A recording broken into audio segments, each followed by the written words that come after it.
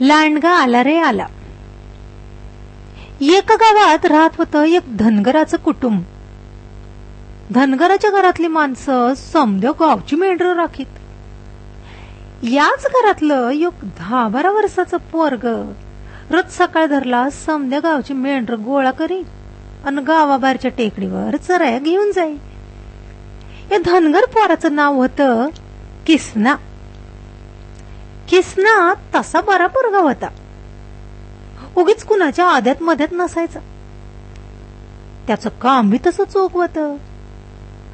पण रोज रोज तेच काम करायचं.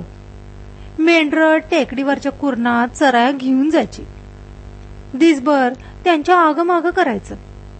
नाहीच तर मग एखाद्या झाडाच्या सावलीला बसून येळ घालवाया पावा वाजवीत राहायचं.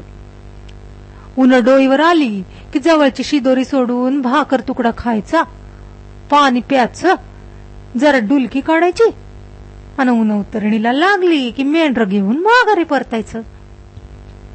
दिसच्या दिस मेंढरा माग फिरताना किसनाला यायला लागला कटाळा.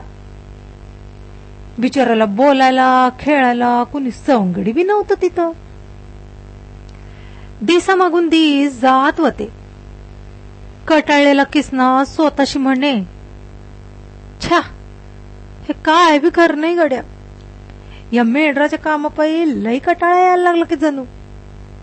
आता काय करू बरं म्हणजे जरा गंमत येईल. मग अचानक विचार करता करता किसनाच्या डोक्यात आली एक भन्नाट कल्पना. त्या दिवशी दुपारला जशी भाकरीची येळ झाली तशी किसनानं टेकडीच्या टोकावर उभं राहून बोंबाबोंबच सुरू केली. धावा र धावा, लांडगा आला की र. धावा र बाबू, धावा, लांडगा आला र. माझ्या मेंढरासनी उचलून न्यायला लागला की र. अरे धावा, वाचव र माझ्या मेंढरांना, धावा धावा धावा. किसनाचे बोंबाबोंब ऐकताच शेतात काम करणारा गावकरी भाकरीचा घास टाकून उठले आणि हातात मिळेल ते अवजार घेऊन टेकडीच्या दिशेने धावत सुटले. पण टेकडीवर चढून गावकरी बघतात तो काय मेंढर चरतायत मजेत आणि किसना तो आपल्या झाडाच्या सावलीत लोळत खुशाल हसतोय गावकऱ्यांच्या फजितीला. तेवढ्यात एक गावकरी रागवून किसनाला म्हणाला, काय रे एक पोरा, हाय कुठं तुझा तो लांडगा. आणि लांडगा आला तर तू खुशाल झाडाखाली झोपून का आमची मेंढर राखतोयस. गावकऱ्याच्या प्रश्नावर किसना खो खो हसला आणि म्हणला, कुठलं लांडगण कसलं काय मालक, मी आता जरा गंमत करीत होत. किसनाच्या या वात्रटपणानं वैतागून गावकरी त्याला शिव्या घालत गावाकडे परतले. यानंतर सुमारे 400 दिवस किसनानं आपलं लांडगा आलाचं नाटक चालूच ठेवलं. किसनाची बोंब कानावर पडताच गावकरी बिचार हातातली कामं टाकून धावत येत आणि लांडगा बिंडगा काय बी नाही असं पाहून वैतागून माघारी फिरत. पण एकदा मात्र काय झालं वळखा पागू. किसना पडला होता निवांत पावा वाजवत नेहमी सारखा आणि तितक्यात एक लांडगा आला ना खरोखरच मेंढराच्या दिशेनं चाल करून. लांडग्याला समोर बघून किसनाची बसली की पाचावर धारण.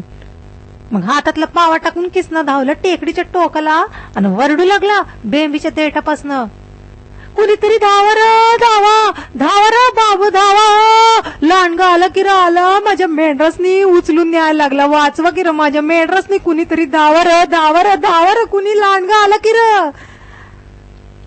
शेतात काम करणाऱ्या गावकऱ्यांनी आज बी किसनाची हाळी ऐकली आणि मरुदेत ते बेनालाही हलकट आहे, कुठं त्याच्या नादी लागायचं, सोडा राव असं म्हणत ते पुन्हा आपापल्या कामाला लागलं.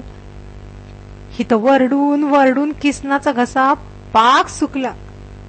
पण गावातून शेतातून कुणी बी त्याच्या मदतीला आलं नाही.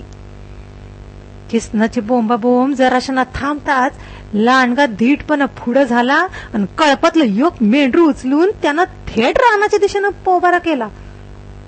उरली सुरली मेंढर या प्रकारानं भेदरून बे बे करत टेकडीवरून खाली पळत सुटली आणि त्यांच्या मागनं भेदरलेला किसना बी. मेमटणारी मेंढरन दातखिळ बसलेला किसना जेव्हा गावात पोचलं तेव्हा कुठं गावकऱ्यांना खरा प्रकार कळला.